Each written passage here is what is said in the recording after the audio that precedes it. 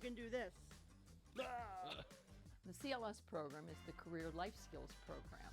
This is a district-wide program for students with cognitive disabilities. All students from across the district come to John Hersey High School and participate in a foundational program which develops independent living skills for students in the Career Life Skills Program. Who wants pepperoni? Raise your hand if you want pepperoni. One. Yeah, red pepperoni. Oh, then you should raise your hand. This is a cooking class that we have for students with intellectual disabilities. They're practicing all sorts of different skills for life. They learn how to read a recipe. They make a shopping list. We go to the store. They find the ingredients. We go, we buy the ingredients, and they learn how to cook. They're also learning all of the kitchen utensils. They're learning how to use all of our different appliances, where items go in the kitchen. Where does this go? Got it. This program's amazing. It is a huge community of students. They really get a great experience in moving from class to class. They get to take electives and things that they're interested in. They truly get a real high school experience here, and the feeling that you get walking through these doors and coming into a classroom is just amazing. No. Courtney, you can wave the camera. I'm a teacher aide in Miss Brownlee's work class, and this is a class where the CLS students learn about different jobs. What do we get when we're done working? Money. Yeah, we get money. From Miss Brownie. Yep, we get money from Miss Brownlee. Remember, not too many at one time. And so throughout the period, they each work on different skill sets, and then at the end of the period, Miss Brownlee gives them paper money, which then they can either save up or use in a little store that they have in the classroom to buy things that they want. Hello. Can you say your name? My name is David Allende. David, me and him work together a lot. He is not very verbal, so he uses an app on his iPad called Touch Chat, and we like to eat lunch together, and we're always kind of walking around together, and he likes to help out and fill my water bottle, and it's really fun. He's my best friend. I know you like the cameras. One of our major social and experiential events is the big game, which we have at the beginning of every school year.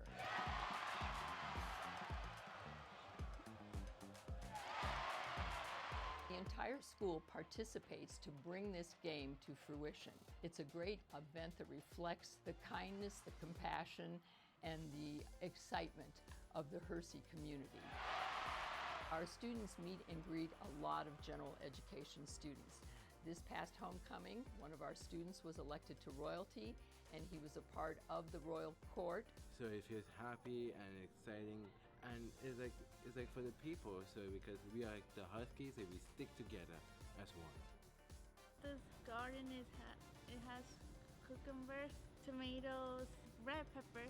If they're ready to pick, we can give it to kitchen, the people who's cooking, and they can cook for lunch.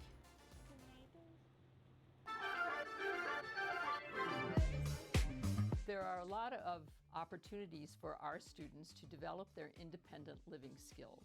Some of those are, we operate a micro business called Brewed Awakenings, which is our coffee business. It's a vibrant business where the students come up and purchase a cup of coffee from us. We also have a graphics class, which we co-teach with the general ed teacher.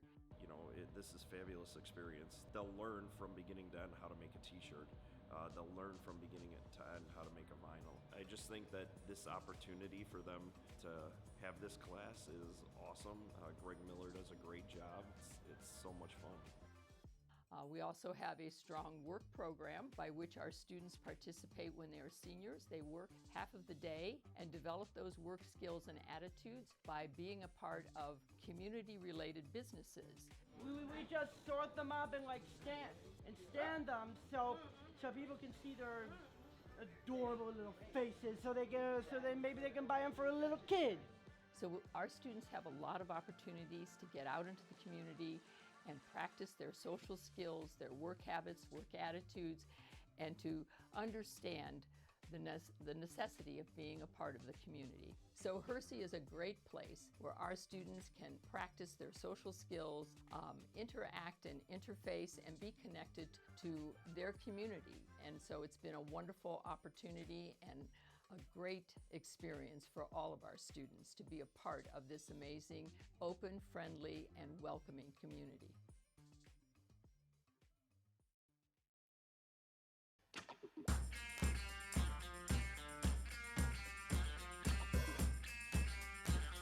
So today we had a very special day. The reps team came out to Rolling Meadows High School. Yeah, so Dave came to me a while back asking if we'd like to collaborate on something with their Pro Star class at the high school, and I said that'd be a great idea.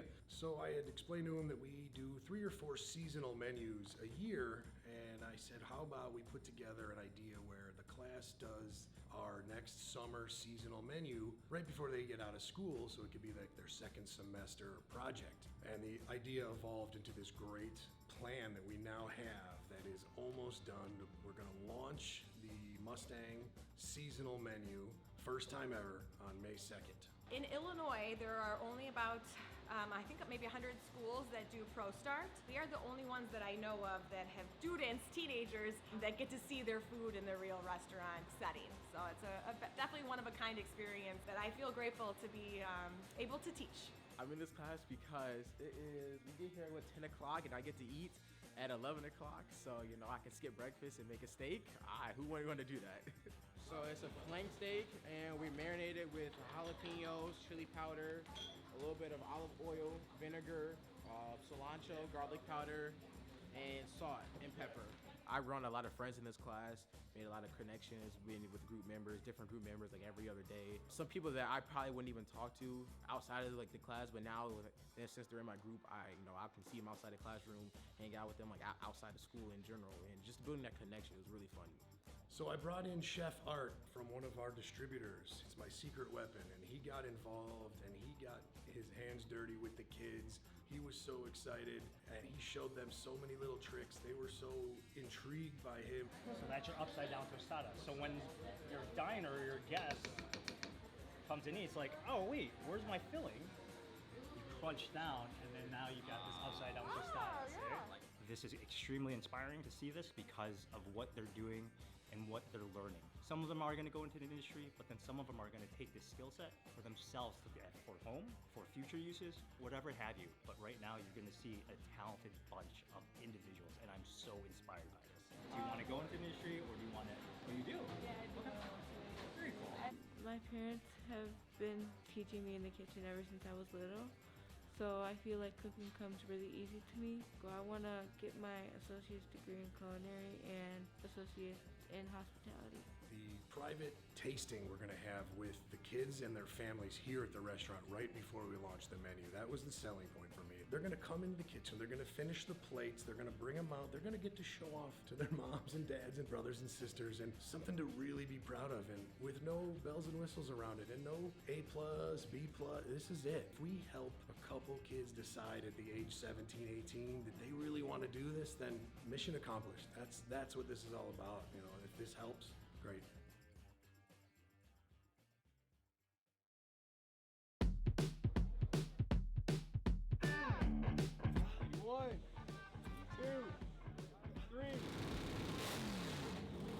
This is Transportation Career Day. So we kind of came up with an idea that was going to really benefit and help the transportation industry.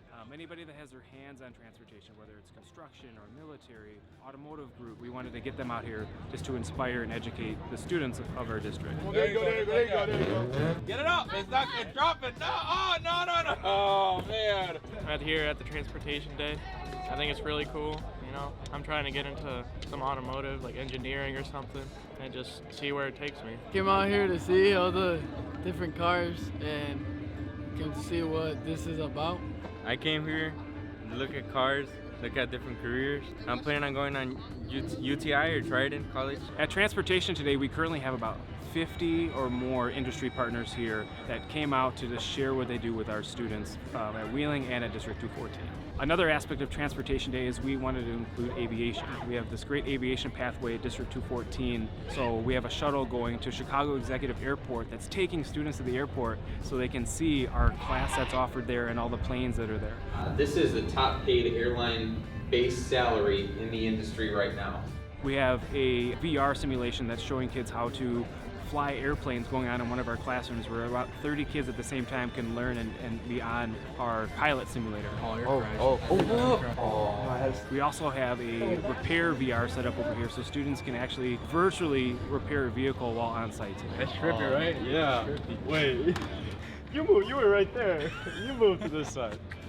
Oh, that's cool. Just like any industry right now, the transportation industry is hurting for people. A lot of people think that the transportation industry is just people that turn wrenches underneath vehicles, which is not the case. I wanted people to see that Transportation Career Day was really a day to get students to see everything that's involved with transportation. Seeing this idea turn out and become like an actual event it's really gratifying, and seeing the students just be surprised at how big this event is one of the most gratifying things that I've gotten out of it, and just seeing how happy all the students are.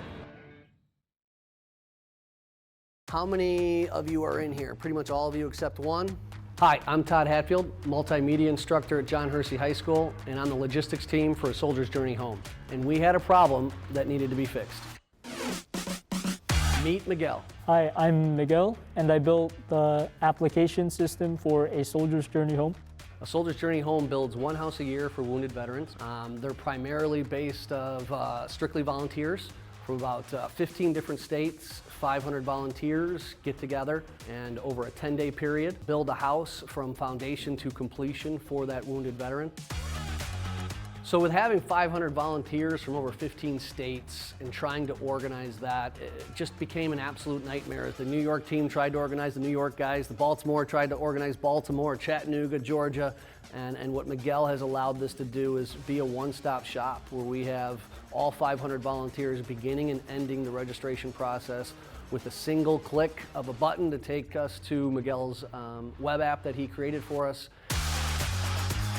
So they needed a custom solution, and I built out a proprietary form building system that lets them build out their application forms with signatures, any of the questions they want, all of the waivers and legal. And so now this form builder has also created one central place for A Soldier's Journey Home's logistics for their applications, and all of their legal logistics are now localized into one website with one CSV export through this platform.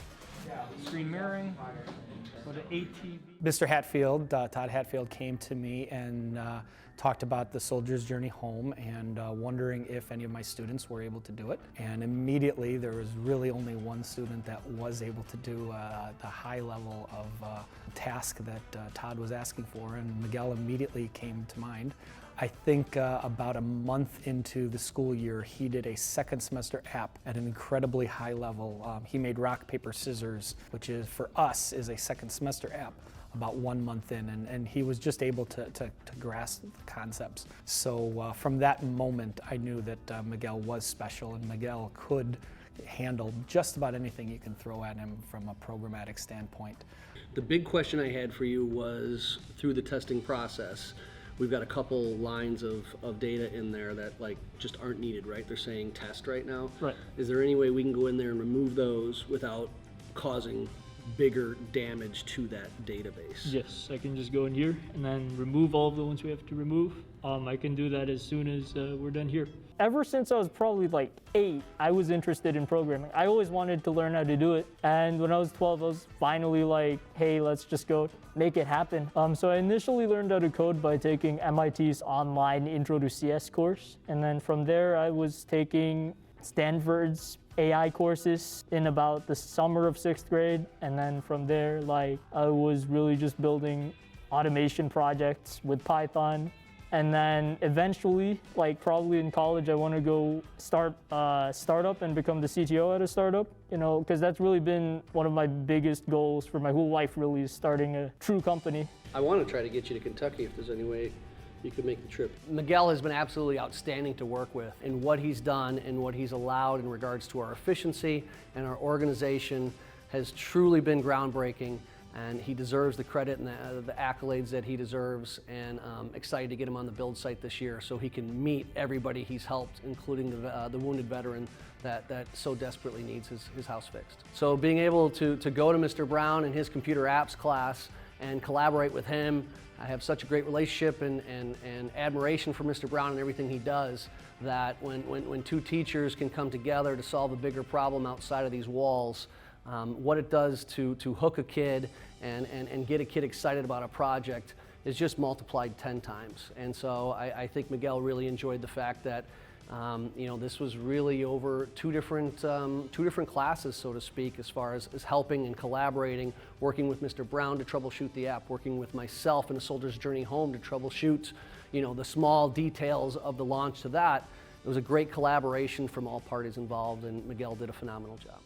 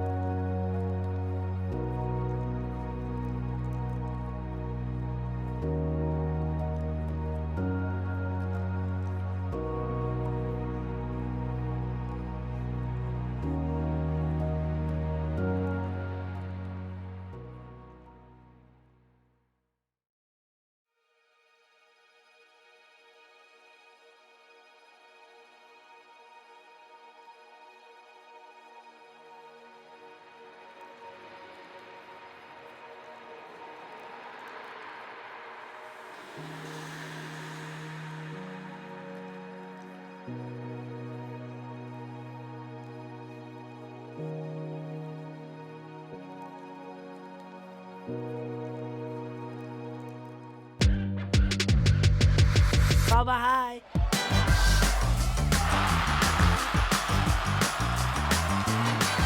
Maybe you can do this. The CLS program is the Career Life Skills Program. This is a district-wide program for students with cognitive disabilities. All students from across the district come to John Hersey High School and participate in a foundational program which develops independent living skills for students in the Career Life Skills Program. Who wants pepperoni? Raise your hand if you want pepperoni. One. Yeah, pepperoni. Oh, then you should raise your hand. This is a cooking class that we have for students with intellectual disabilities. They're practicing all sorts of different skills for life. They learn how to read a recipe, they make a shopping list, we go to the store, they find the ingredients, we buy the ingredients, and they learn how to cook. They're also learning all of the kitchen utensils. They're learning how to use all of our different appliances, where items go in the kitchen. Where does this go? Got it. This program's amazing. It is a huge community of students. They really get a great experience in moving from class to class. They get to take electives and things that they're interested in. They truly get a real high school experience here, and the feeling that you get walking through these doors and coming into a classroom is just amazing.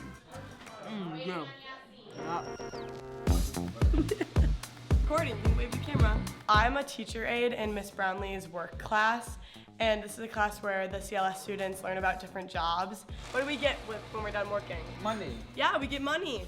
From Miss Brownlee. Yep, we get money from Miss Brownlee. Remember, not too many at one time. And so throughout the period, they each work on different skill sets, and then at the end of the period, Miss Brownlee gives them paper money, which then they can either save up or use in a little store that they have in the classroom to buy things that they want. Hello. Can you say your name? My name is David Allende. David, me and him work together a lot. He is not very verbal, so he uses an app on his iPad called Touch Chat, and we like to eat lunch together, and we're always kind of walking around together, and he likes to help out and fill my water bottle, and it's just really fun. He's my best friend. I know you like the camera.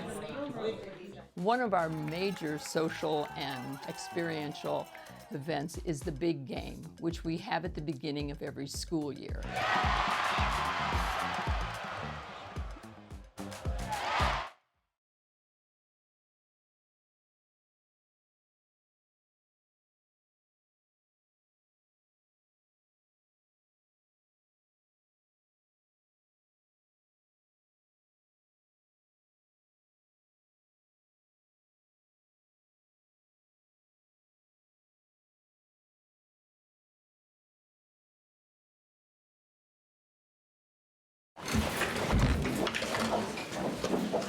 I pledge allegiance to the flag of the United States of America and to the republic for which it stands, one nation, under God, indivisible, with liberty and justice for all. Thank you.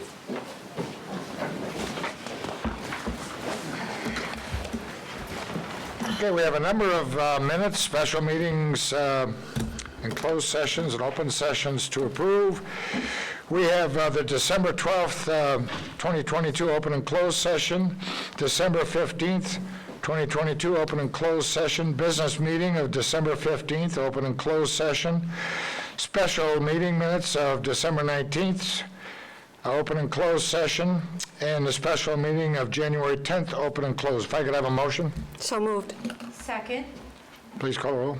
Kreutzer. Aye. Palmer. Aye. Heineman. Aye. Rauch. Aye. Dessling. Aye.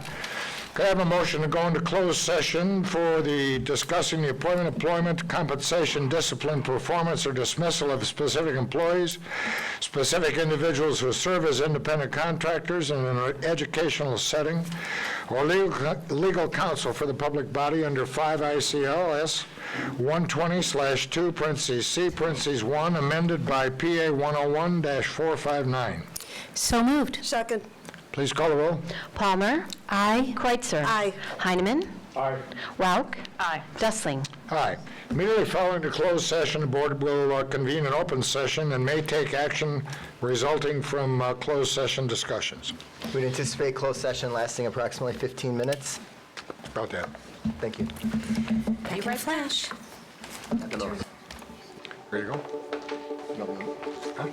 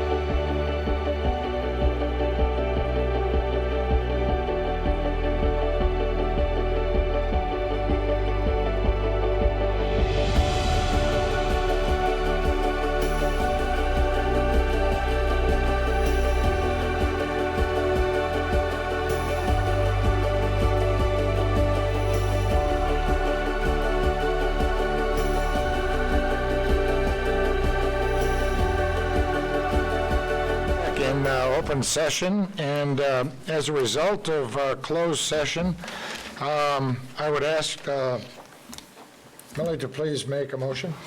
It is with great delight that I move to approve Personnel Transaction Report 2, the appointment of Dr. Lazaro Lopez and Dr. Kenneth Art as co-interim superintendents for High School District 214.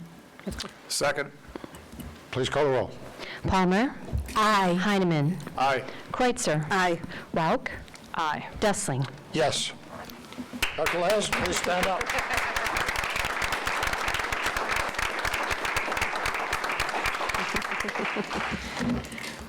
I'd like to make a couple of comments. It's not unusual for a school district to have a superintendent leave during the year. Last time we had a superintendent leave was Liz Ennis. I was president of the board at that time, and we did not have an interim superintendent because it was not necessary.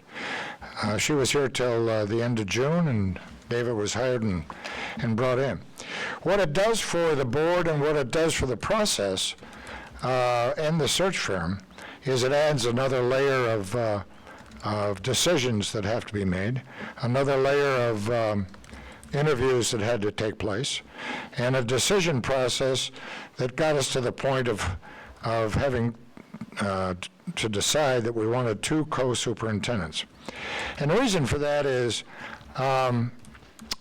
there's a face that will be to the community, running the board meetings, interfacing with schools, of course, and interfacing with the communities around here, and that will be Dr. Arndt. At the same time, we have to keep the district going forward with budgets, with curriculum, with a number of other things, and that's going to be primarily Dr. Lopez's area to work in. Obviously, they'll be working co. They've met a lot of times together. I've met with them a couple times. They respect each other, and they certainly understand what each has to do. So, just as a brief and on the process, yesterday we sent out a community survey, and that's certainly available to anybody. All you have to do is go on to 214's website and go to the area that says superintendent, and there's a block underneath Dr. Schuler's picture that says superintendent search, and you click on there and you can fill out the survey. In the meantime, there are all kinds of meetings going on with the schools, with the community. There's probably over 20 to 25 separate areas that have been set up in separate organizations, all the way from religious organizations, all the way to schools, students, just about name it, whatever you want. What that will give us is a leadership profile. And that leadership profile will say what the community totally expects to see in a new superintendent. We anticipate having that near the end of January, when the forum will be done. And again, that will give us, and that information will be reviewed in open session as we go forward, to at least the ability to see what the leadership profile is. What follows that is a number of things. And that takes a lot of board. Almost all of these special meetings that we approved tonight were meetings that required all the board to be there, meet with the search firm, do interviews with the interim candidates for the interim positions. Once we get all the information back and get the leadership profile as presented, then what we'll do is we'll have candidates that will come forward from around the country, would hope, that will be initial interviews. It may be 6 to 7 that we will interview as a board, and we'll make a selection out of that as to the final interviews, and there'll be a final interview, and then the selection will take place. This is a fairly fast process for a search, but by the same token, we're doing it very much in depth, and we're trying to do it at a very broad basis as well. We'd like to try to get the superintendent in place so that there can be a transition And generally, a superintendent will, unless they're leaving someplace quickly, probably would start around the 1st of July. And so that means that our interims will be in position here at least once we've selected a superintendent. We'll be here to support and guide and bring the new superintendent up to speed. So it's an in-depth process. We're going about it, again, as in-depth as we can. We're going about it as broad as we can. And it takes a lot of time. It takes a lot of time on the part of the board, and I thank all the board members for being there and certainly supporting me in this thing. For somehow I ended up as president, kind of the focal point on it, and talking with the HYA, the search firm, but that's okay. Other than that, we're delighted that we now have interim superintendents, and that will go into effect tonight, as a matter of fact, and a notice went out to the community. A notice went to the media as soon as we walked back in here and voted on it. Mr. Mogi sent that out, so while the cell phones are probably clicking in here, it's already out there, and we're delighted to have it. So we're at the point where we can move forward, and Dr. Lopez, there you are. Now, let me just say one thing.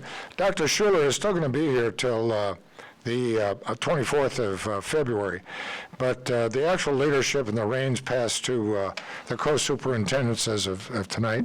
He will be here because he's got a lot of institutional knowledge and a lot of history that goes with it, and he'll be certainly available for Dr. Lopez and Dr. Arndt to give him the benefit of what's going on in certain of these areas. All right, so now we're at the point where we're going to have the board recognition. Thank you, Mr. President.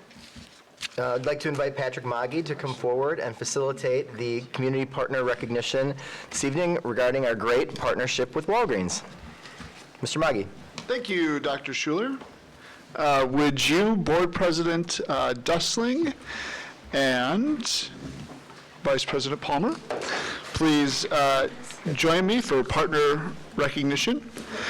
Tonight we're recognizing longtime partner Walgreens for its support in providing workplace experiences for our students. We welcome from Walgreens Sal Venegas, VP of Global Talent Management and Employee Experience for Walgreens Boots Alliance. If you would please come on up when I call your names.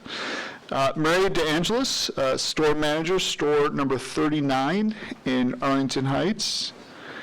Andrew Straka, Store Manager of Store number 3512 in Arlington Heights. And are there any other Walgreens representatives? Okay. For our vocational program, Walgreens provides students the experience of learning retail work of stocking, pricing, invoicing, and expirations, working directly with customers, learning and developing soft skills to help maintain employment, developing natural supports from Walgreens staff, gaining self-confidence with less school support, developing problem-solving skills with retail tasks, and learning to ask for help when needed. For our internship and apprenticeship programs, Walgreens has been a long-term partner for work-based learning and consistently provided experiences for our students to discover their future in healthcare. Between 5 to 10 students intern at Walgreens pharmacies across the community each semester. Students who intern at Walgreens also apply for the Pharmacy Technician Certificate Program. Walgreens has sponsored 2 Department of Labor apprenticeships for pharmacy technician. Apprentices work closely with the pharmacists and Walgreens staff to master a set of competencies while earning a paycheck. Thank you to Walgreens for our ongoing partnership in providing vocational, apprentice, and internship opportunities for our students. It is relationships like this that empower our students and teach them the skills they need to succeed both personally and professionally. Thank you.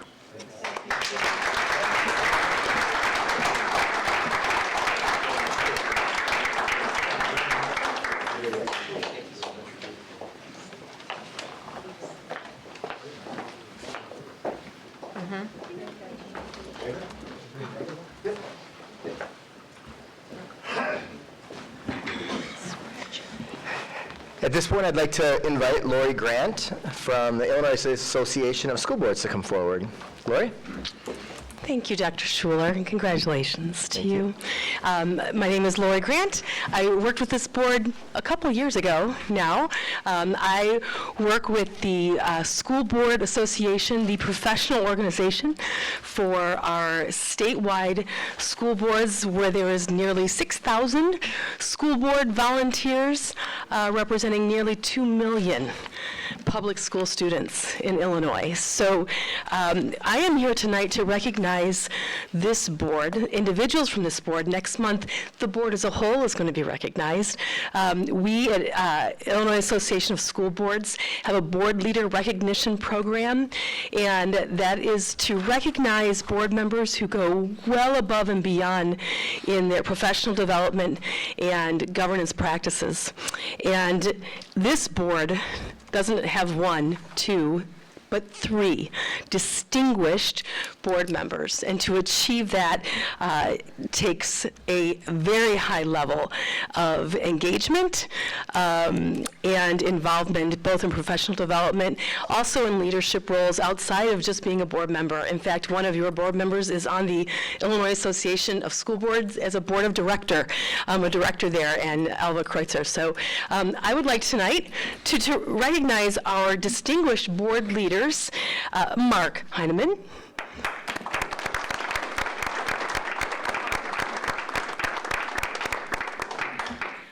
William Dustling. And of course, Alva Kreutzer. Thank you. I do have one additional award to give, and only 47 individuals in the entire state of Illinois have received this award this year.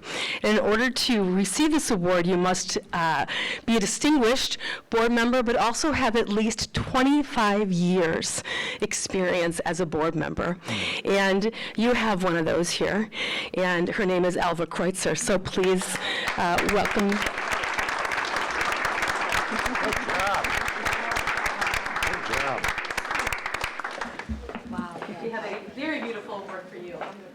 Sure. Yep. Good job. Thanks.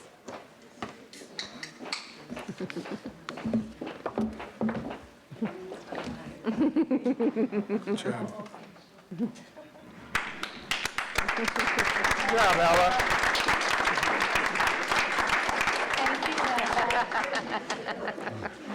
Thank you for all that you do.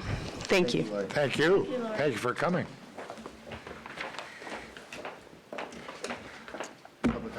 Okay, we are at the point of public comments. We have 5 people that have, 6 people that have signed up for public comments.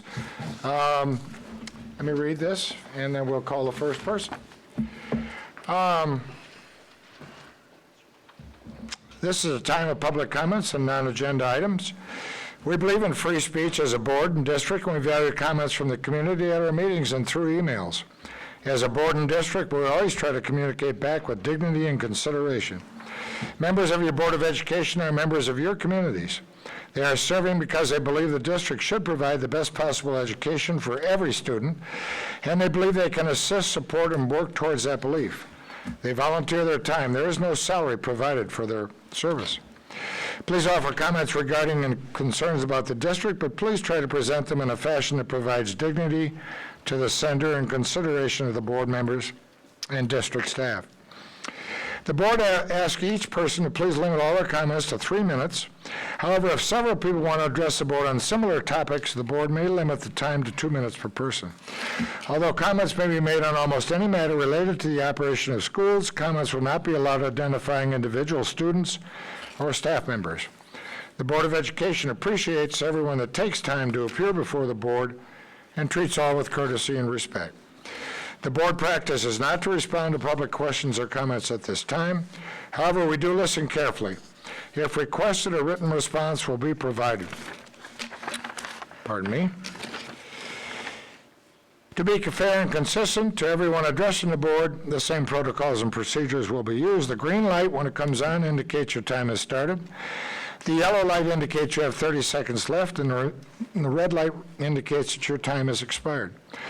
Please come forward to the microphone, clearly state your name for the minutes. If you wish a written response, please make sure Mrs. Keys has your full address on the sign-in sheet.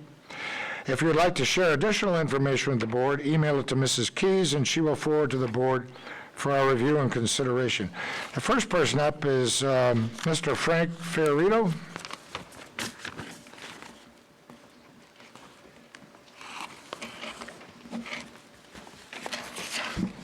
Good evening. I'm actually representing the River Trails District 26 School Board. My school board members had two questions we wanted to ask regarding the superintendent survey.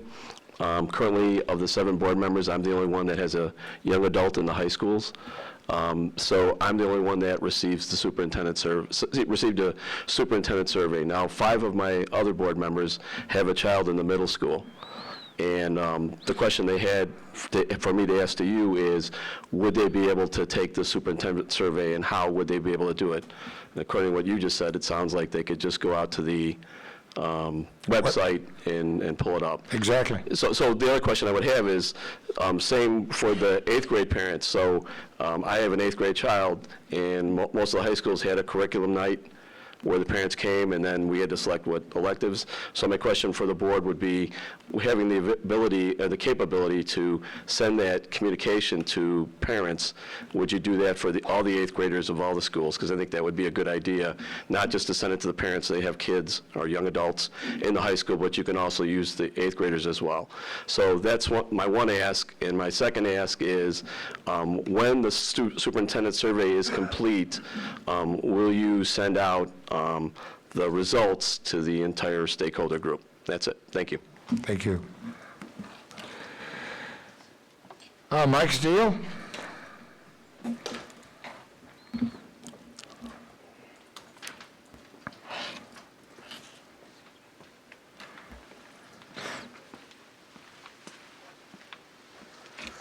Good evening. My name is Mike Steele. I'm a lifelong resident of Arlington Heights. I'm also the president at Elite Soccer. Elite's a community soccer organization based right here in Arlington Heights. We serve thousands of district students each year, and we've been a proud member of the community since 1998. From 2012 to 2020, we've enjoyed a healthy, positive relationship with the district. We've worked together on a number of initiatives that I think have benefited countless families and residents.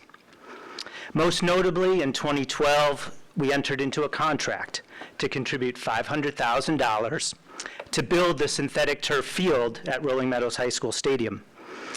Unfortunately, the contract with Elite has reached a stalemate. Because of this stalemate, there has been a profound negative impact to over 1,000 families who live in the community. There's less activities for the kids. We are being restricted in our use at the all-weather synthetic turf field at Meadows. We have less fields to play on. The district isn't providing workable field alternatives. There's 100 low-income District 214 residents who access free soccer at Rolling Meadows High School every summer who now don't have a place to go and play. Coming off the pandemic, the community's youth are less active and are struggling in many ways. Especially for the underserved, Elite provides the community a safe place to play and youth development that transfers far beyond the field. The synthetic turf investment enables the district community to keep playing, growing, and learning. Elite doesn't want to walk away from the partnership. We have made significant investments in the community. For 8 years, we've been able to work together. We've gone through challenging situations, and we want to continue to try to work together.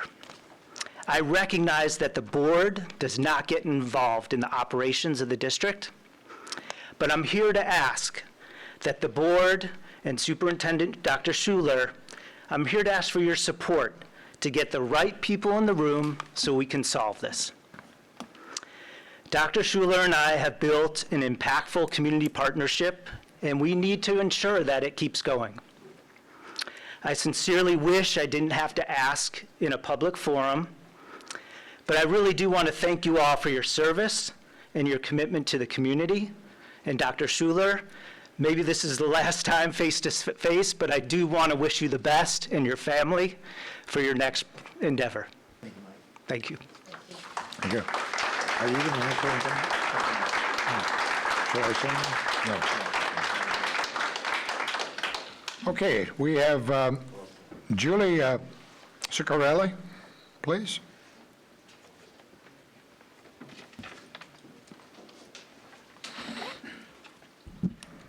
Good evening. My name is Julie Ciccarelli, and I live in Arlington Heights. I have a master's degree in early childhood education and believe that all children need to be nourished, valued, and accepted for who they are. I was here several months ago when someone stood up and read a sexually explicit passage from a book without citing the book or the author. I didn't think it was appropriate to be hearing this read during a public meeting, and I didn't get her point. I subsequently asked a high school librarian about this book, and she knew the book right away. It's called All Boys Are Blue by George M. Johnson, a queer black author, journalist, and activist. This is a memoir about a queer black man growing up in New Jersey, not knowing where he fit in, and wishing he had a book like this. He quotes Toni Morrison, who said, "If there is a book that you think needs to be written and isn't, you must write it." This book has been awarded all kinds of honors and is a New York Times bestseller. It is also one of the most banned books. And I don't think I have to tell any of you that over there is this country, there is a campaign to ban books. This is a 300-page book, and we were read one page of that book in a public meeting. Why pick out this book and why read one page out of context? If you want to know about the author, he's been interviewed by the PBS NewsHour Student Lab on YouTube June 17, 2002, NPR Morning Edition on October the 25th, 2022, and interviewed by Time Magazine on November 18, 2021. It is in most of our public libraries. I feel an empathy for those youth who need to read this book, who often feel isolated, bullied, and rejected. In the conclusion of his book, Johnson writes, "If one person is helped by my story, then it is all worth it."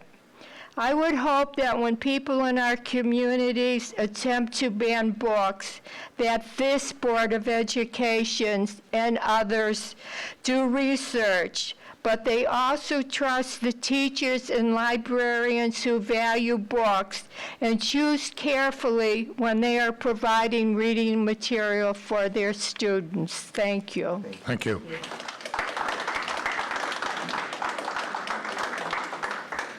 Melissa Kerr. Melissa Kerr speaking. Abolish high school level college, also known as dual credit courses, because it dilutes the brand of High School District 214. Don't let the Harper Community College exploit the access to the District 214 students because they use it to persuade the students to go to Harper. Turn off public Wi-Fi when the high school buildings are closed. Thank you. Thank you. Elizabeth Bauer.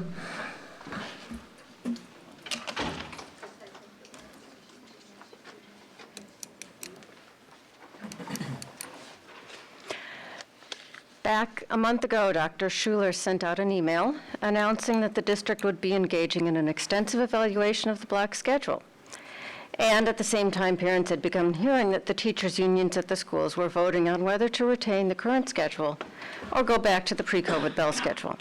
At that meeting, I asked whether the union votes were binding. If they were, what the purpose was of the continued evaluation, and if they were not, why the teachers would be voting before the research on the schedule had been done.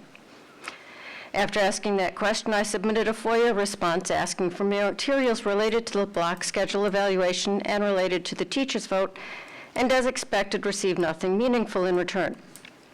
We as parents also received a survey on our opinions, and honestly, it was a pretty lousy survey with loaded questions meant to elicit favorable responses rather than a neutral survey that would have been appropriate for a true evaluation.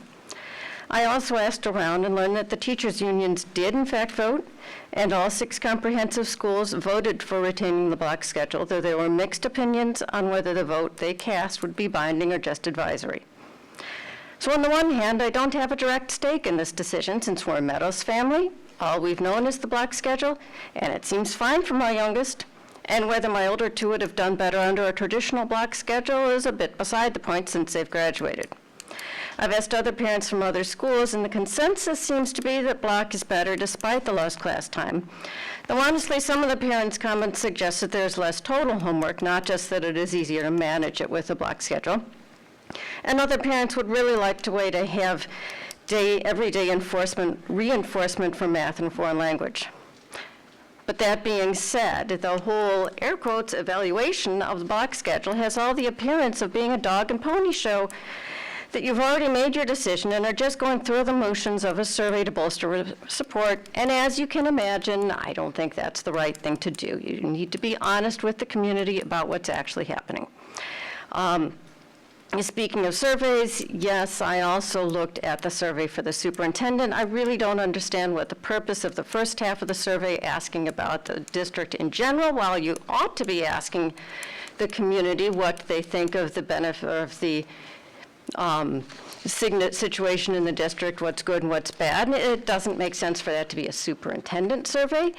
And the second half is just, it's buzzwords. I don't see how you're really going to get meaningful results from that survey. Lastly, with my 18 seconds, congratulations to Dr. Lopez on his new role. Thank you. Kathy Michelle?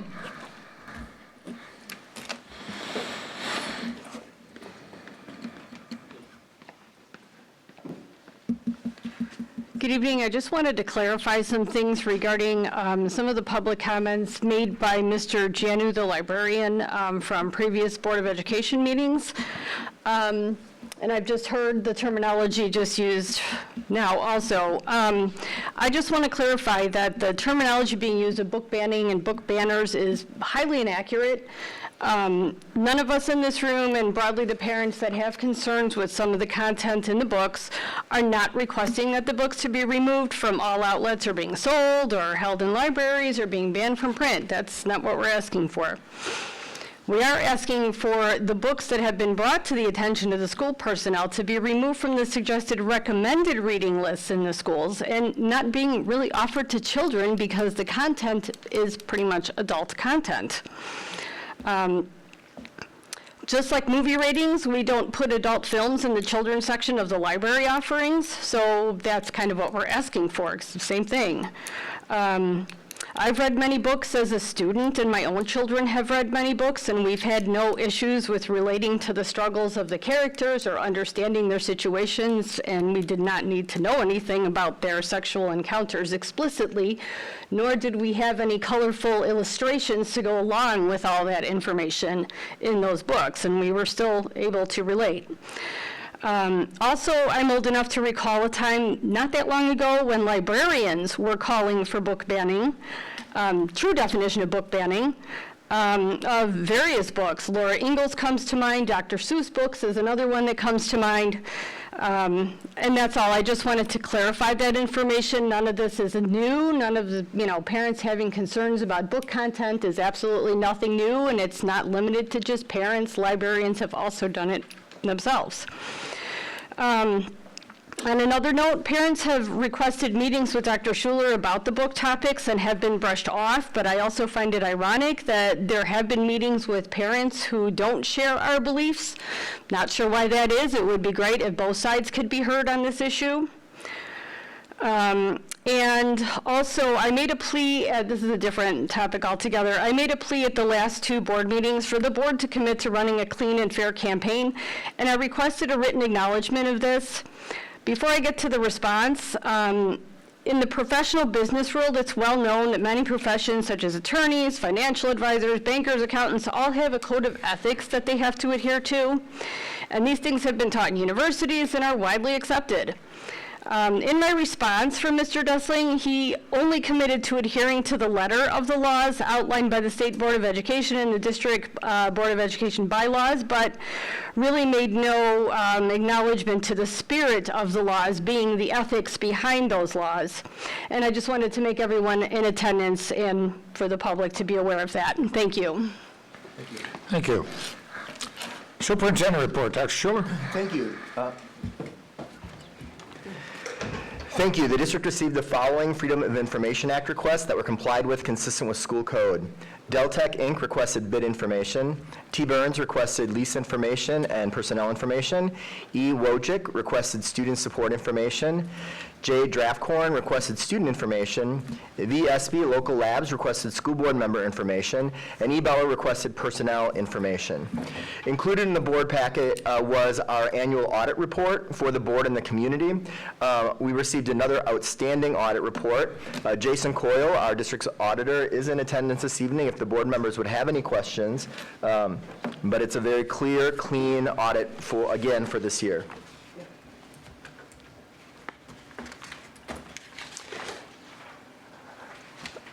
We can come back if there are any questions, but we'd like to now move into our spotlight video for this evening's meeting that showcases a Buffalo Grove teacher by day and announcer by night. Tony? 3, 2, 1, we're back.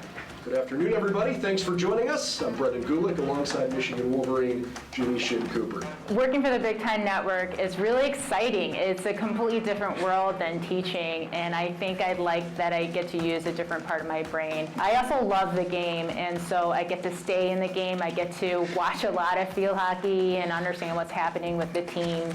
Number 2, Maryland, is coming in really hot. They've only lost 1 game this season, and their offense looks solid. When I was younger, my brother and I grew up on the ice. He was an ice hockey player, and I was a figure skater. And I asked my mom if I could play ice hockey. And back then, gender roles were a little different. And she said, no, you should stick to figure skating. And so when field hockey was offered in 5th grade, I sort of went to my mom and said, it's hockey for girls, Mom. You can't say no. So that just began my love for field hockey, and I've been playing for over 30 years now. I played all 4 years at Michigan. I started my sophomore year, so I was a 3-year starter, and I was all Big Ten, all West Region, won 2 Big Ten championships there, and also the first University of Michigan team to go to the Final Four and also play in the national championships.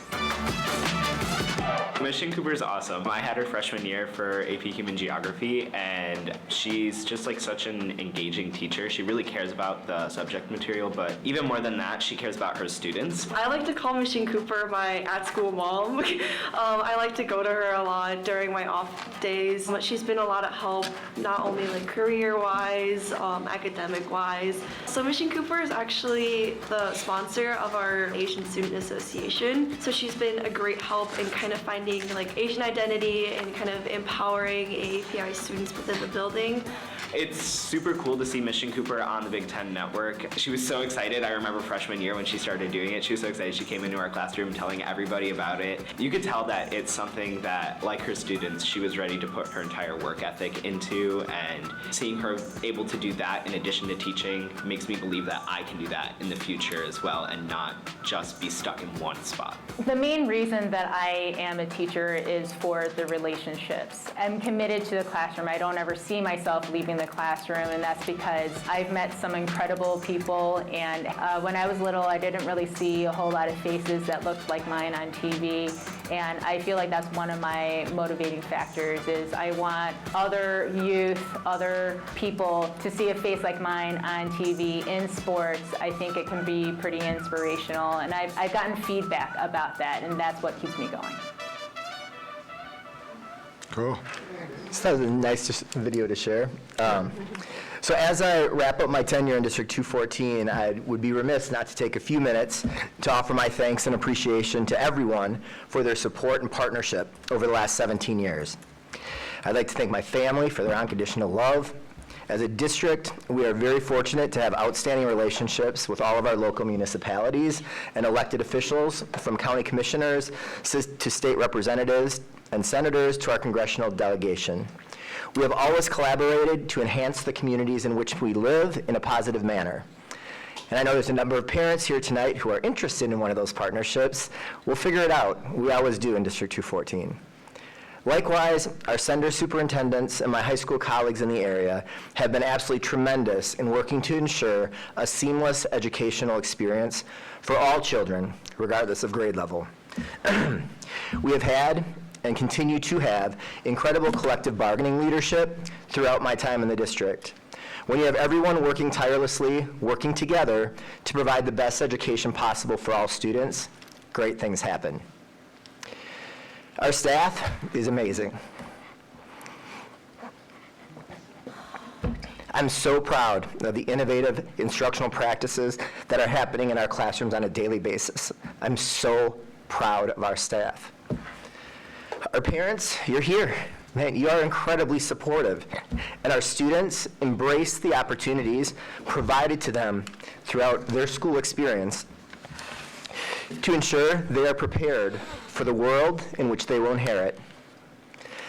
Many thanks to the school board members who have volunteered their time to represent and serve our community. It is such an incredibly important elected role, and we've always had board members who represented the community with grace and distinction. I've been super lucky over the past 17 years to have had incredible executive administrative assistants. I want to thank Linda and Julie, Rin, Diane, and Bonnie for their phenomenal assistance, support, and project management.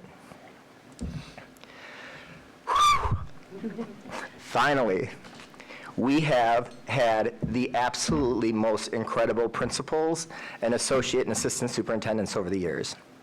Our principals and district leaders are integral to the success of our district, and our current group is really outstanding.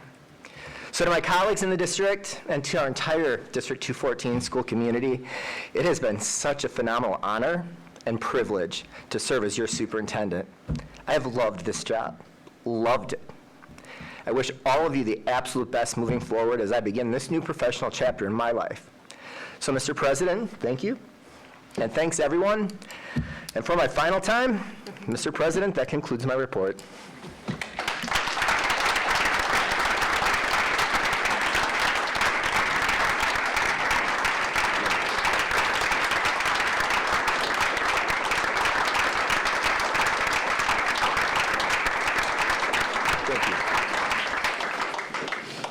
All right, I get to tell a little story.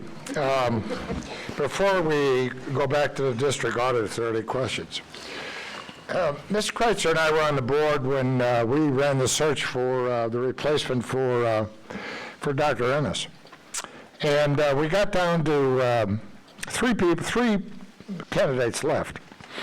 And we were interested, obviously, in the candidates. We had hourly interviews with one. Then we had hourly interviews with another. And then this 37-year-old guy came in and gave us an interview that blew the doors off everything. It was absolutely amazing. The discussion after that, as I remember, Bill was on the board. The discussion after that, there's no doubt about it. This is the guy. And it was a unanimous vote. It took about 10 minutes. I mean, we'd interviewed him before, but the information he brought in was just amazing. And to think at 37 years old, this was his third superintendency. So, it's amazing. You're amazing. Thank you. Just amazing. Okay, anybody got any comments, board members? Do you have comments on the district audit? Could I comment on something else first before I Sure. ask? Because I do have a couple questions on the audit. I just wanted to echo, I'm sure every board member here wants to.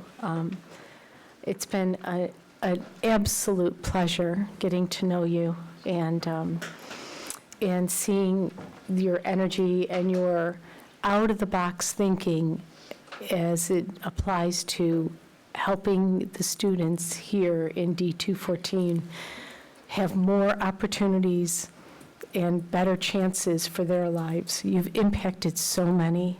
Thank you. If I may, Sure. if I can hold it together. He was 32, not 37. Oh, my gosh. Yeah, that makes it worse. 32? Really? 34.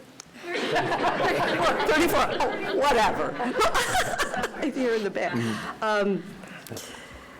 And your interview, you had a cold. You were like, it's like, and that's how much he impressed us, because he was not feeling well at all. And it was just incredible. And I remember when I was VP at the time with Bill, and we made a road trip to Stevens Point. I'm like, okay, where are we going? Northern Wisconsin. That was incredible, to offer the contract and so on and so forth. So, I remember that I wasn't on the board long, and I remember that our thinking was that we wanted someone from the outside because we wanted different thinking. We just wanted to go there. We did have, I think it was one internal candidate. And we just wanted to have somebody that wasn't going to be doing the same. Now, Liz was outstanding to work with. Amazing. She's an amazing individual. But we were kind of going in that direction, that we really wanted to, what was the phrase Bill Blaine told you? Do you remember? My first board meeting, Bill said, if everything you're doing is working, you're not pushing the envelope hard enough, you have permission to fail forward in District 214. Yeah. And that's pretty incredible, have permission to innovate like that. And you've always supported that. Yep. So, if it doesn't work in 214, we call it version 1.0. We'll iterate and figure it out next time. Yep. So, yeah, and I remember when we introduced you to the district, all of the student journalists were here, all flashing ball. Yep. And it was just incredible to see, because this was outside the norm of what previous superintendents for District 214. So thank you, David. Any other comments, board members? Okay, let's district audit. Yep. Jason, you want to come up, our district auditor? Ms. Palmer? Thank you. I have a few questions, and not that many. So, so first off, as I went through the audit, you mentioned that we looked at this, we looked at this, we looked at this, and you go through a host of areas. Approximately how long does it take to conclude the audit? Oh, great question. Oh, wow. It takes weeks, I guess is the best way to say it. I don't know the exact number of hours for your audit. It's in the hundreds, though. It spans over a long period of time. We do some preliminary field work to kind of get an idea of what went on during the year, and then the district gets ready for us, and then we come back and we're here for a couple weeks. Here in the COVID era, sometimes here physically, sometimes working remotely, doing a lot of our testing and things like that, and then more time passes as we actually put together these 100 multiple page documents that conclude the audit. So it's a long process, not only for us as your external auditor, but frankly for your staff as well, because we ask a lot of questions about what went on and why did it go on, and we look at a lot of support to back up what occurred during the year. And based on that, do you feel that you have looking at our financials, a good understanding of what's happening in district, how money is being used, how we're accounting for things? I mean, we don't pass judgment on how you're using your money. if you Sure, will. no, I didn't mean Okay. that, but is it, can you look at our financials as an auditor and say, oh, this is where money's being spent and how money's being spent, and is that? Yeah, the purpose of the financial statements and our opinion on it is that somebody could pick up, the couple hundred-page document that you issue annually as your external financial report and be able to rely on the information that's in there, that it's accurate in all material respects. So, if it shows that salaries are being spent for special education, the person reading that can have a sense of comfort that that number is accurate for how much salaries were spent on special education, for example. So, yeah. Okay, so as I read through it, I kept seeing over and over again, things like, this has been properly and fairly and accurately defined and is a fair representation, and there's, so is it your then opinion that, I mean, because I didn't see anything that, and I went through pretty much everything, but I didn't read it word for word for word for word for word. Some pages I was like, okay, yep. So is there anything that is of concern that I'm not catching from that in our financials? Was there anything that you were truly worried about or concerned by?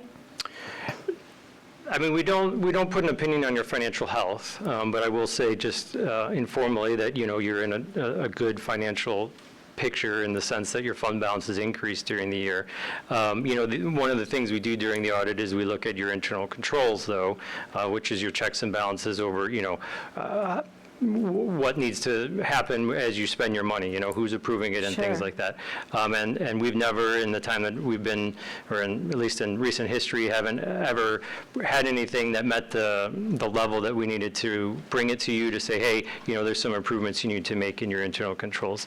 And so that, that's always a great thing. The purpose of the audit is not to put an opinion on your internal controls, to say everything's functioning perfectly, but nothing rose to the level that concerned us enough that we said, hey, you need to know about this and maybe do something about it if the resources are there. So, well, I appreciate that. I guess as a board member, we get the budget, we get the proposed budget, then we get the actual budget, and then we get spending reports, and we get accounts payable, and without.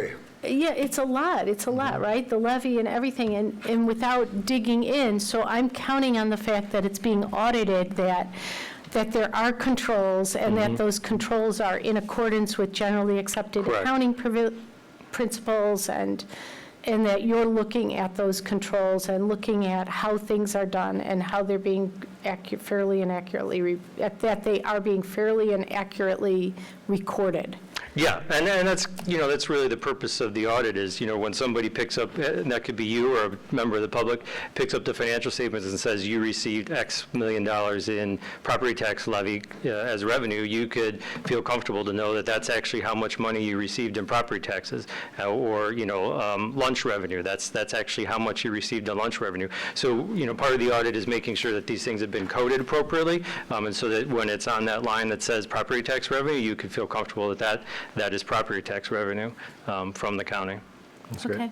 Thank you. That was that. Any other comments from the board? I'd just like to say that I've seen you in the offices through the last few years, you and others from your company. Yes, it takes a team. It's not just me. And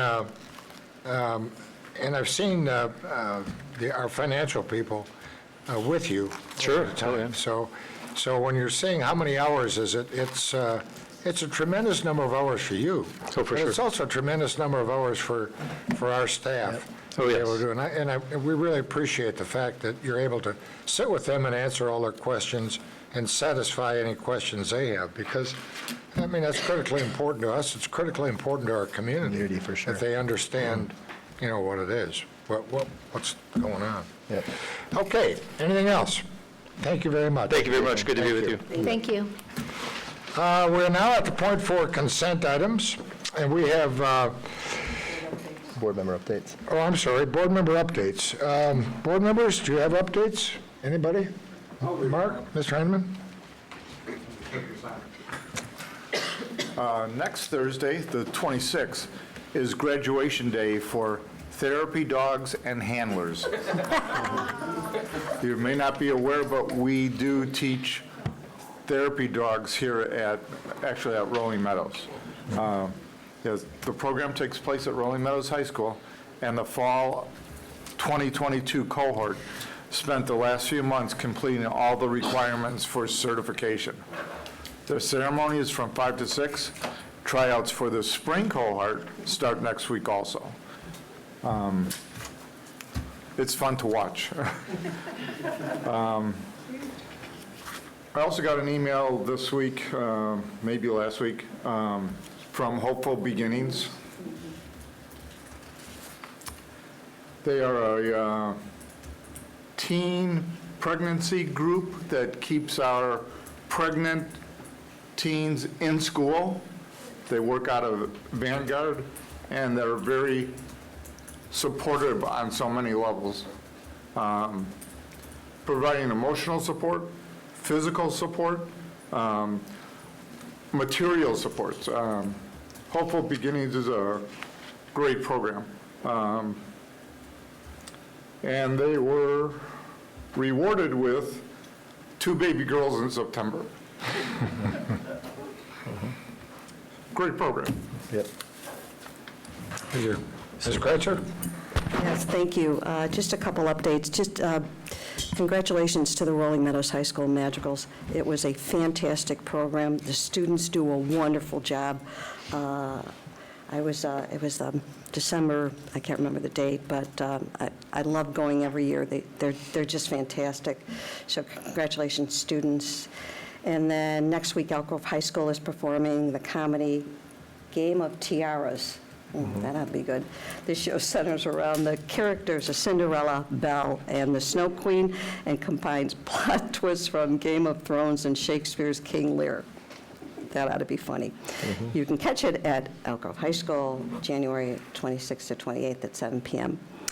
And just an update, I think I mentioned before that one of my committee assignments with the Illinois School Board Association, Lori Grant was kind enough to mention that I'm director. So I was chosen to be on the executive search committee for the next executive director of the Illinois School Board Association. Yeah, going through 2 searches. I must be crazy. So we did meet in Springfield a couple weeks ago. I spent 2 days down there, and I'm going to be there a couple more weekends in Springfield.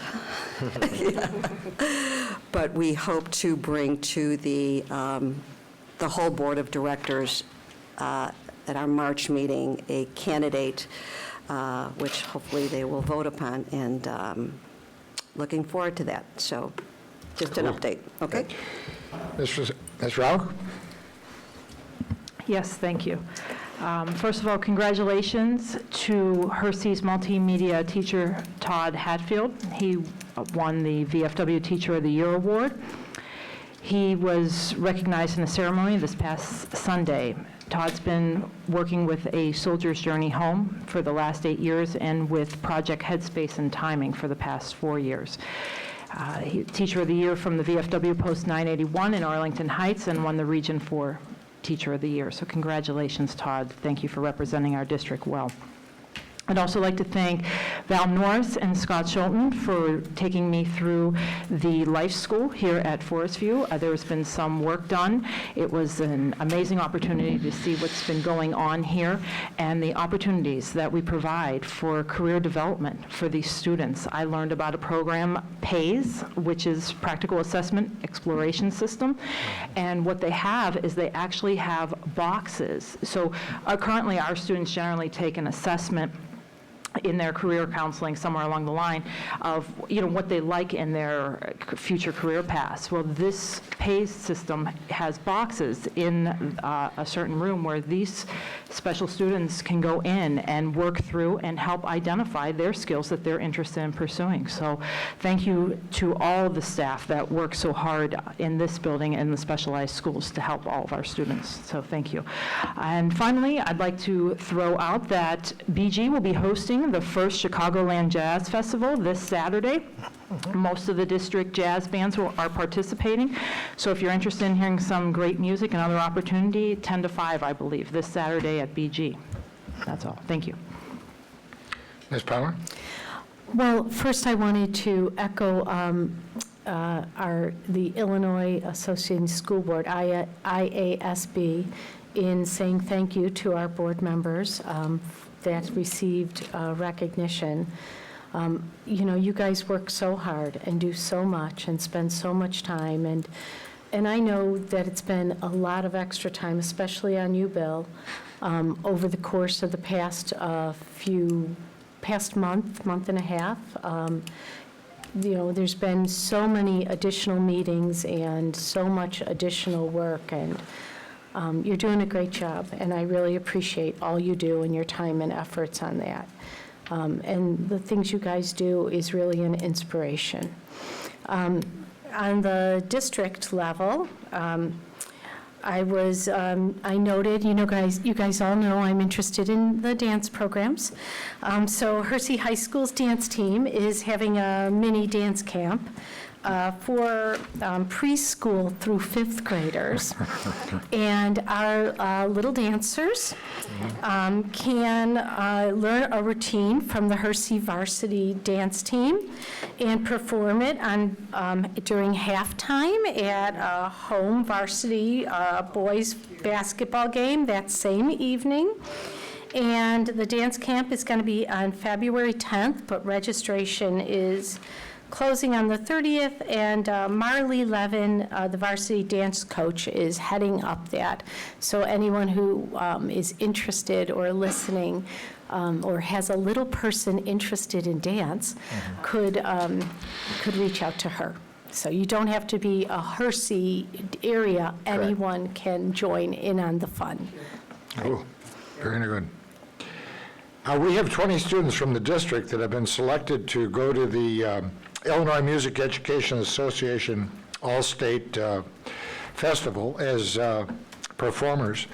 And that's really the highest honor that you can get as a musician in Illinois, to be down there. We usually have groups that go down there to Peoria every year that are invited to go down. We've had them from BG and Hersey and just about every school. This year, I think, I don't know if we had one going down or not.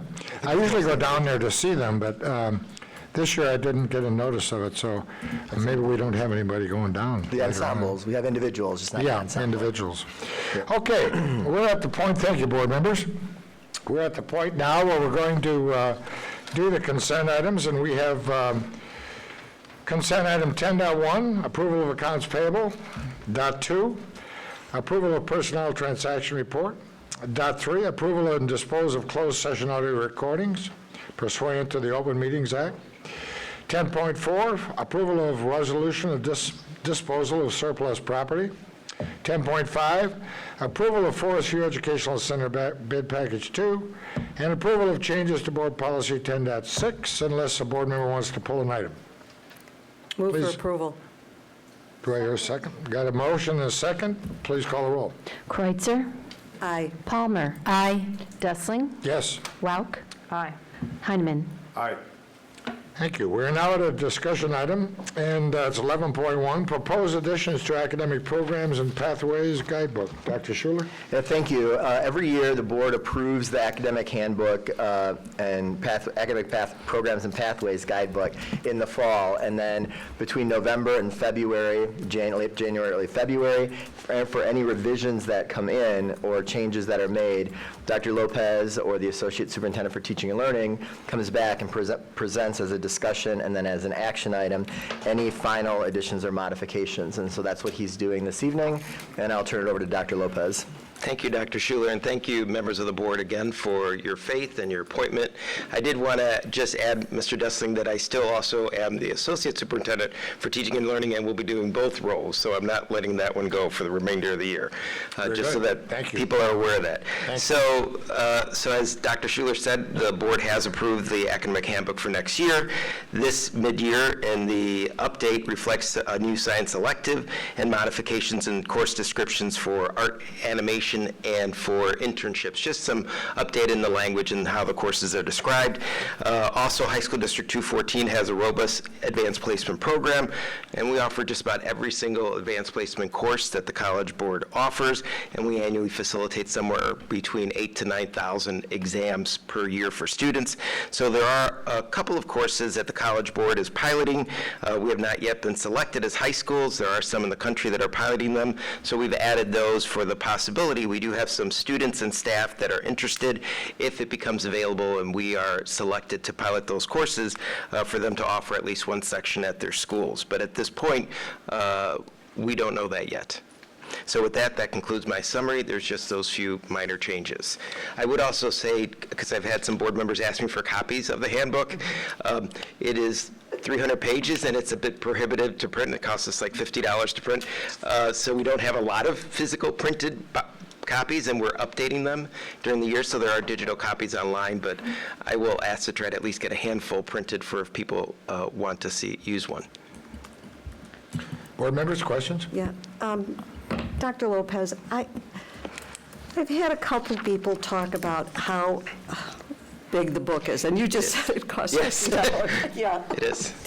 So I'm not sure. I've heard from a couple parents. Mm-hmm. Do you think, we can think about this, we can talk about this, that you have the one book that's for the entire district?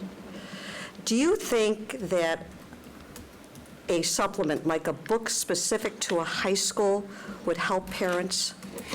Yeah, I mean, I'm certainly open to working with community engagement to come up with ways that meets the community needs. We did just create a smaller version that focuses on pathways and courses within pathways. That's much more affordable to print and be able to be available at schools. I do know that each of the schools creates sort of a course request list that goes out, and I'm certainly open to designing something with community engagement that is cost affordable to print a physical copy. Yeah.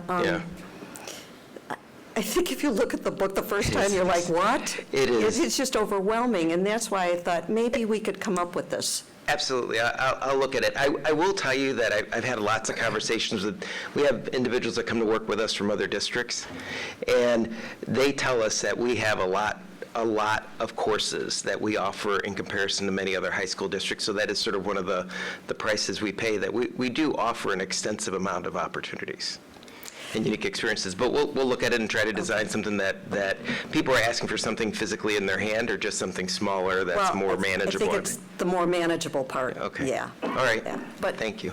Talk about that. I will. It's probably too late for this year, because they're already having freshman orientations. They are. Yeah. But we would probably need to start designing something now so that it's ready, because it starts again in October, registration. Right. Yeah, it comes before you know it. So I'm glad you're bringing it up now, so we can start working on that now. Okay, can you talk a little bit about why certain schools have certain subjects? Or Courses.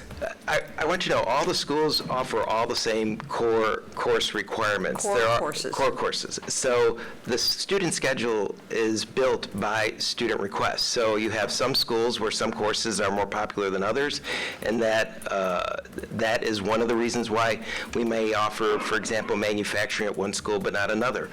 There's also unique qualifications of teachers at some schools, where they just bring a very specific credential to the table that allows them to offer a course that maybe another school. Now, we do try, if there's a course that's really popular, we try to put together a plan to encourage other teachers. When we started adding college composition, college lit, college speech, we didn't have teachers at all 6 schools or all 7 sites that were qualified and credentialed to teach those. So we started that, but then we encouraged and put a plan together to get teachers at all the schools credentialed to do it. So there's a variety of reasons. Overall, we are better than we've been. It's not perfect, but we certainly have more overlap across our entire district than we've ever had. Yeah, I think that's kind of the piece that's missing sometimes. Yes. It's the credential that the teacher possesses. Yes. And the student interests. Right, and aren't you doing staffing right now for next year? Yes. Yeah, so it depends on what the students choose, if staffing's available at that school, and The snowball effect. Yes.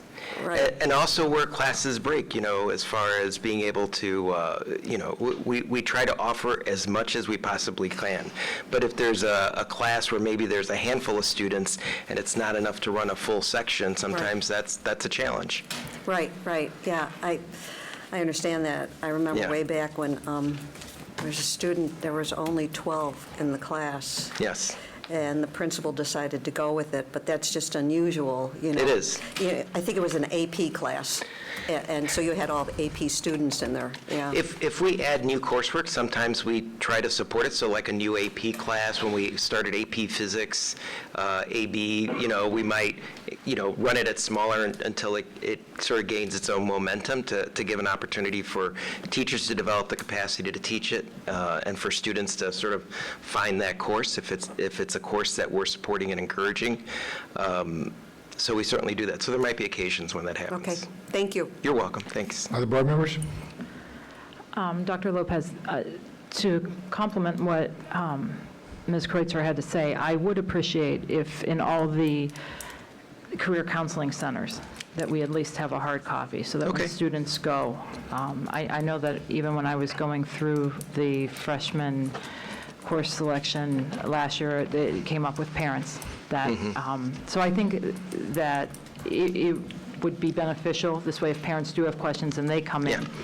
Now, most likely, our students these days have a link and they can access it and they're going to search for their courses, math, and they're going to do whatever, and they're going to drop down.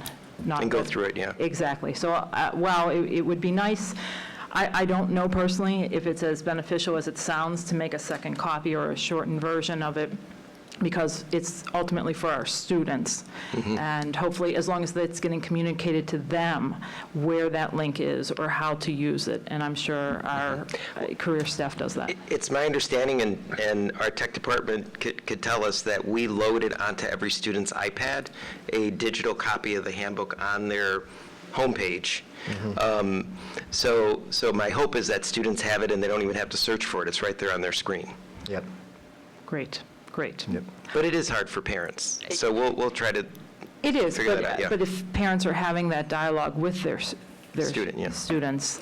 It is on their device. They could open it up. Yes, they have access. And it is actually, I think it's very user-friendly myself, having gone through it.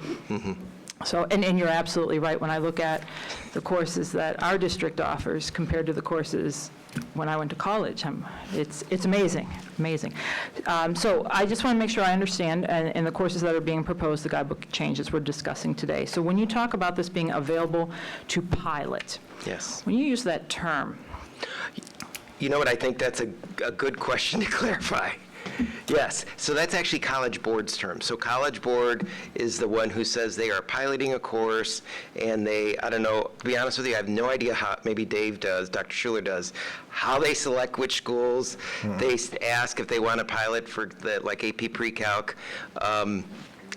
We just, the schools that are interested, individual buildings actually submit to College Board and said, we're interested. And then at some point, someone may get an email at the building who submitted that, the principal or associate principal for instruction, that says, okay, if you're interested, then, we've picked you, kind of thing. But that is College Board's language. If you look it up, they'll show that we're running a pilot of this new AP course. okay.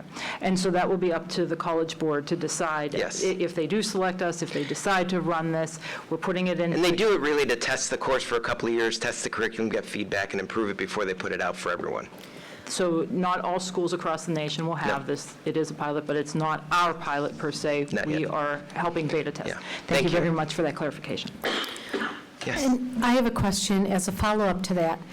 If we're approached by College Board and they say, we'd like you to pilot course ABC, Yes. we can say yes or no? Yes. We So the want building- to, don't want to?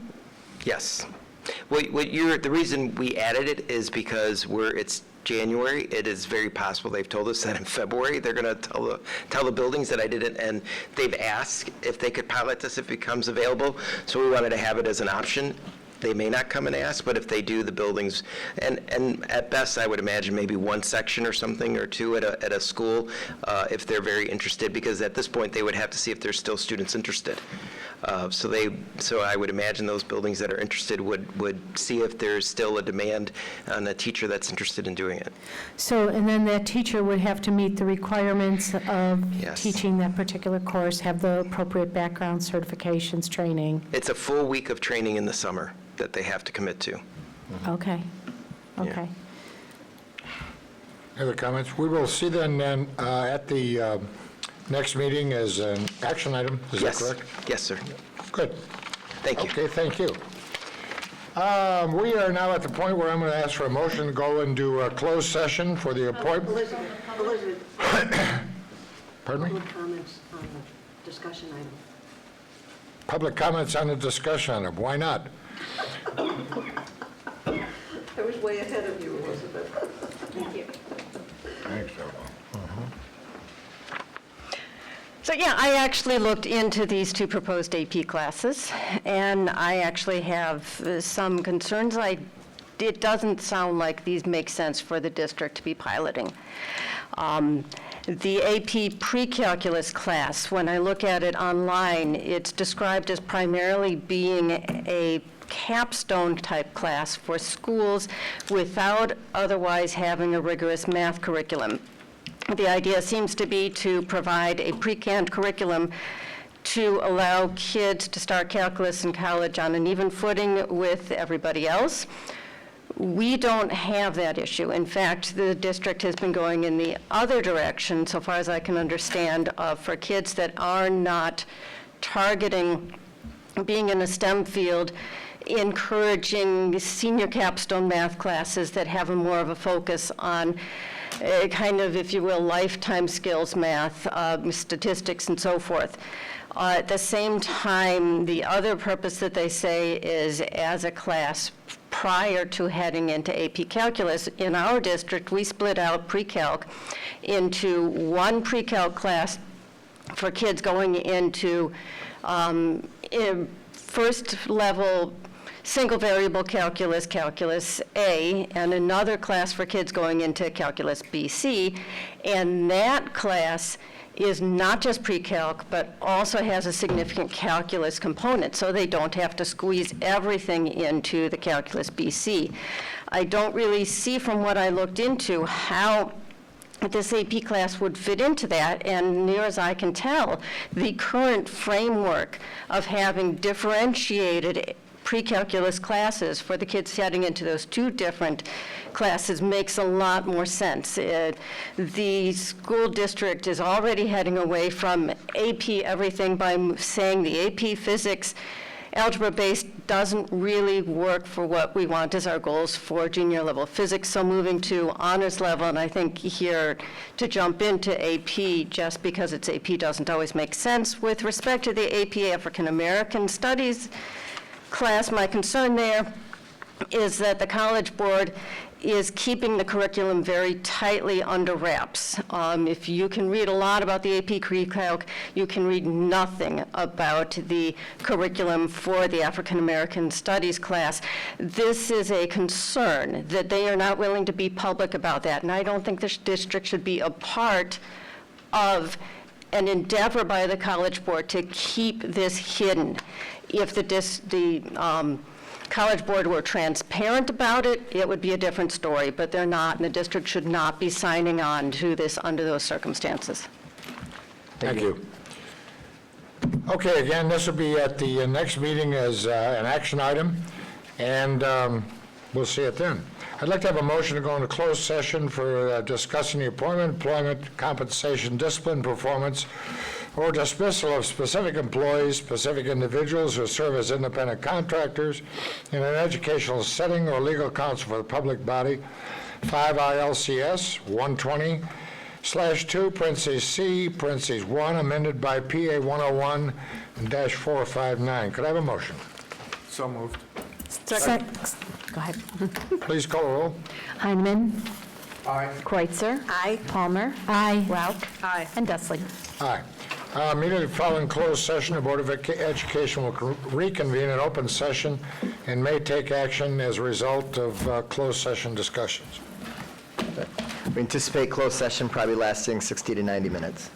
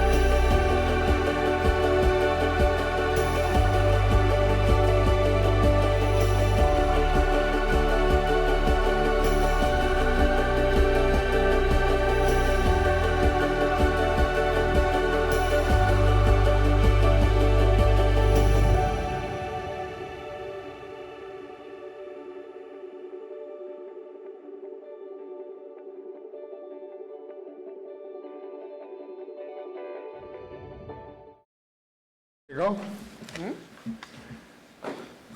All set? Good. We're back from closed session, and we have some action items that we discussed during closed session. So the first one, Ms. Palmer. I move to approve Personnel Transaction Report 3, including the appointment of Christina Anathanopoulos, Associate Principal, Hersey High School, and Anita Mistak, Assistant Director of Operations, Forest View Educational Center. Second. Please call the roll. Palmer. Aye. Dessling. Yes. Heineman. Aye. Kreutzer, aye. Thank you. Rauch is gone. Rauch has Ms. Heineman?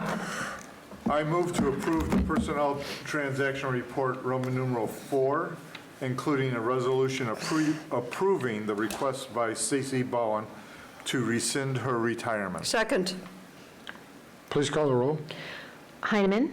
Aye. Kreutzer. Aye. Palmer. Aye. Dessling. Yes. Motion to approve job description for Assistant Director for Career, Life Skills, and Inclusion. Second. Please call the roll. Kreutzer. Aye. Palmer. Aye. Heineman. Aye. Dessling. Yes. Could I have a motion to end the meeting? Adjourn. Yes. So moved. Second. Please call the roll. Palmer. Aye. Heineman. Aye. Kreutzer. Aye. And Dessling. Yes. Thank you all for watching and attending tonight. Thank you very much.